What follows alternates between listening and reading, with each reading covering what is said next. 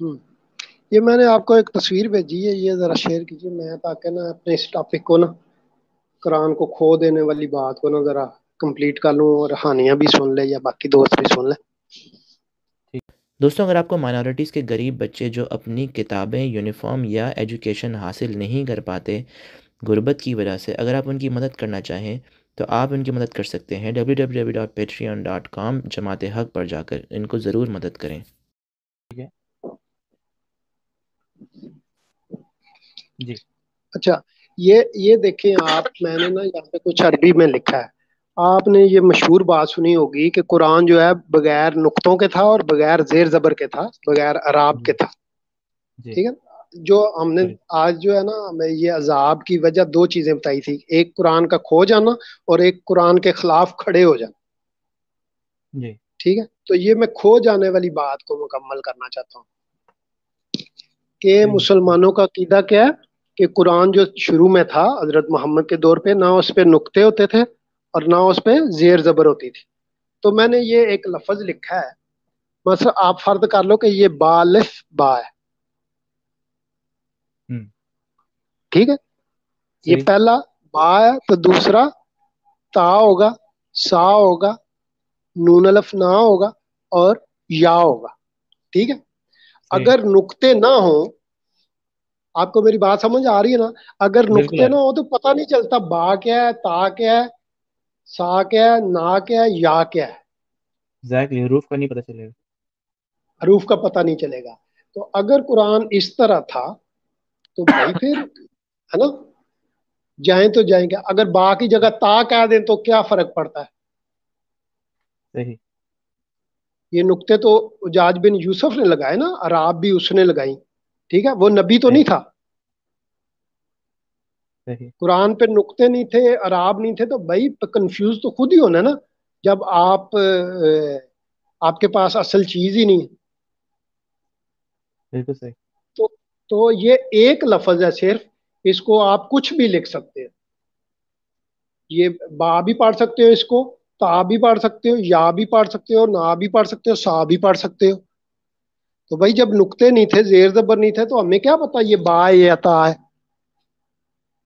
کسی نے ٹھیک ہے مجھے کہا کہ جی عرب لوگ جو ہیں وہ پڑھ لیتے ہیں، ان کو پڑھنا آتا ہے بغیر نقطوں کے، بغیر زیر زبر کے۔ میں نے کہا اس لیے ان کو پڑھنا آتا ہے کیونکہ اب ان کو قرآن حفظ ہو گیا ہے، یا قرآن کا دوسرا نسخہ ان کے پاس زیر زبر نقطوں والا موجود ہے، اس لیے وہ ایگزیکٹ پڑھ لیتے ہیں، نشاندہی کر لیتے ہیں۔ لیکن جب کوئی بھی نہیں تھا تو ان میں جھگڑے ہو رہے تھے مسلمانوں میں، صحابہ کرام میں، وہ کہتا تھا یہ آیت ہے، یہ آیت ہے، یہ آیت ہے۔ اب یہ دو قرآن مجید ہیں، یہ تصویر آپ نے شیئر کر دی۔ تو اب یہ دیکھیں، یہ حافظ کا جو ہے وہ قرآن ہے اور ایک ورش کا ہے۔ تو آپ پہلا پوائنٹ دیکھیں اس پہ، پہلا نقطہ جو ہے وہ یہ نون ہے۔ دوسرا سورہ قرآن مجید کا، اس کی 58 آیت میں لفظ آیا ہے نغفر، صحیح لیکن وہی ورش نے اس کو یغفر لکھا۔ تو وہاں نون ہے، وہاں یا ہے، آپ سمجھ رہے ہیں نا جو میں نے پہلے آپ کو صحیح دکھائے تھے؟ اب پتہ نہیں صحیح نون ہے یا ہے۔ ایک قرات میں اس نے اس کو یا پڑھا مسلمانوں نے، امام نے، اور دوسرے نے اس کو نون پڑھا۔ تو صحیح جس نے نون پڑھا اس کا مطلب ہے ہاں ہم معاف کریں گے، صحیح یغفر کا مطلب ہے کہ وہ معاف کرے گا۔ تو معنی جب بھی مطلب بھی تبدیل ہوئے، فرق ہو گیا، الفاظ بھی جی، تبدیل ہو گئے، تو الفاظ بھی مطلب بدل بھی گئے، فرق ہے اور مطلب صحیح بھی بدل گیا۔ تو یہ پوری تحریف ہے یہ بدقسمتی تو ہے قرآن قرآن، ہاں قرآن مجید کے ساتھ بہت بڑی تحریف ہوئی ہے۔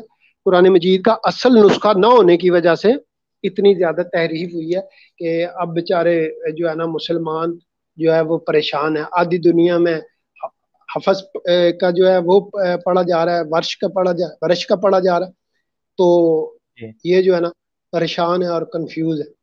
تو آپ یہ جی باقی جی حوالے بھی دیکھ سکتے ہیں بعد میں تفصیل کے ساتھ۔ تو جی یہ بدقسمتی ہے۔ ایک اور چھوٹا سا نقطہ جو ہے بس بیان کر دوں اس میں، اسی کے حوالے سے، کہ ایک جو ہے بڑا پھڈا بنا تھا حضرت عثمان کے دور میں۔ ہوں، مسلمان کہتے ہیں نا وہ کوئی نہیں فرق پڑتا، اس سے نون سے اور یہ سے کوئی فرق نہیں، یا سے کوئی فرق نہیں پڑتا، یا تا سے کوئی فرق نہیں پڑتا۔ تو ایک یہ دیکھیں، تو جب حضرت زید بن ثابت انصاری کو بلایا نا حضرت عثمان نے کہ یہ اپ گریڈ کرنا ہے قرآن مجید کا، نیا نسخہ تحریر کرنا ہے، اس کو نئی نئی نقل بنانی ہے، کاپی بنانی ہے ایک، تو ساری کمیٹی کو بلا لیا. تو آپ اس کو بھی ذرا شیئر کر دیں. ٹھیک ہے. تو بلا لیا. تو حضرت زید جب لکھتے تھے نا تو وہ یہ گول تا لکھتے تھے. ایک لمبی تا ہے نا، یہ نظر آ رہی سکرین پہ، جی ایک جی جی. گول تا ہے. تو مدینے والے جو تھے نا ان کا رسم الخط عربی میں گول تا لکھتے تھے، وہ یہ لمبی تا کو. صحیح مثلا ہے. تابوت لفظ لکھنا ہے تابوت، تا صحیح ہے. لفتا، بے وا، بے واو اور تا، لمبی تا، تابوت. تو حضرت زید جو ہے وہ لمبی تا نہیں لکھتے تھے، چھوٹی تا لکھتے تھے، گول تا جس کو بولتے. صحیح. تو حضرت عثمان نے کہا بھائی یہ نہیں ہو سکتا، آپ یہ چھوٹی تا نہیں لکھ سکتے، حالانکہ مطلب ایک ہی ہے. تو حضرت عثمان نے کہا یہ نہیں لکھ. انہوں نے کہا کیوں؟ انہوں نے کہا کہ بھائی جیسے میں کہتا ہوں یہ لمبی تا لکھی جائے گی. تو حضرت عثمان اتنے ریجڈ تھے کہ انہوں نے لمبی تا کی جگہ گول تا، چھوٹی تا لکھنے نہیں دی حضرت زید کو. کہتے ہیں کہ اس سے تحریف ہو جاتی ہے اور اس سے گناہ ہوگا، ہے نا. صحیح. تو مسلمانوں نے تو پورے پورے آیتیں بدل دی. اور تو میننگ بھی بدل. حضرت عثمان نے یہ اجازت نہیں دی تھی. تو اس لیے میں کہتا ہوں کہ مسلمانوں ایک تو مسلمانوں پہ یہ عذاب آیا کہ انہوں نے قرآن کھو دیا. ان کے پاس حضرت محمد کے دور کا قرآن ہے اور جو ہے اس کے خلاف یہ چلتے ہیں، ہے نا. قتل والی آیتوں پہ تو عمل کرتے ہیں، جو امن سلامتی والی آیتیں ہیں ان پہ یہ عمل نہیں کرتے. اور ان کے 90% سے زیادہ جو عقائد ہیں وہ قرآن کے خلاف ہیں. مثلا قرآن کہتا ہے فرقہ پرستی نہ کرو، یہ فرقہ پرست ہے. ہر بندہ جو ہے وہ فرقہ پرست ہے. یہ بڑی اچھی بات کہی آپ. سنی، شیعہ، دیوبندی، وہابی، اہل حدیث، ہے نا، صحیح بات. شافی، مالکی، حنبلی. پھر آگے آگے بھی بڑی شاخیں ہیں ان کی. شیعوں میں کوئی 700 قسم کے فرقے ہیں، صحیح بات. سنیوں میں آگے 700 قسم کے فرقے ہیں. تو نماز یہ پڑھتے قرآن کے ہوئے آپ نے خلاف بھی ہاتھ کھڑے ہیں.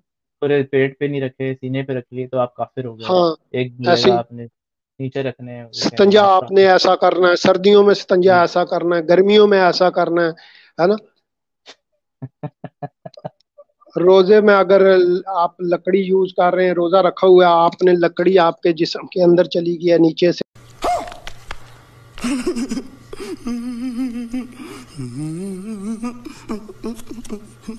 آپ خارش کر رہے تھے تو روزہ ٹوٹ گیا یا نہیں ٹوٹا.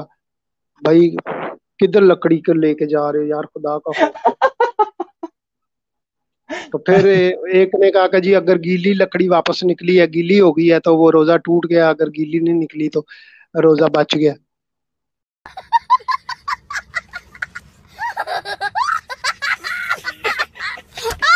ایسی ایسی باتیں لکھی ہیں، ایسی ایسی انہوں نے مغز ماری کی ہے، اتنی اتنی کتابیں بھار دی ہیں ستنجے کے مسائل میں. وہ بھائی ستنجے کے مسائل انسان کو تو تم کچھ سمجھتے نہیں، ستنجے کی تمہیں فکر پڑی ہوئی ہے.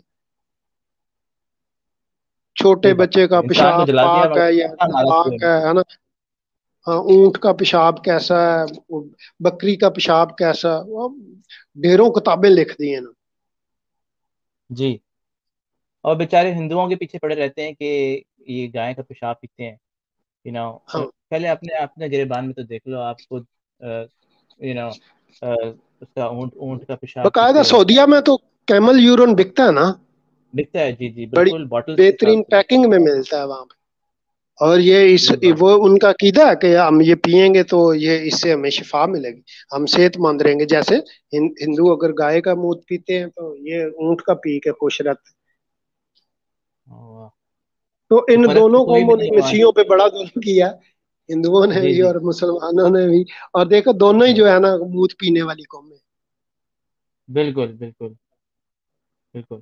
تو یہ بڑی بدقسمتی ہے کہ مسیحوں کو واسطہ ایسے ظالموں سے بڑا ہے جو جانور کے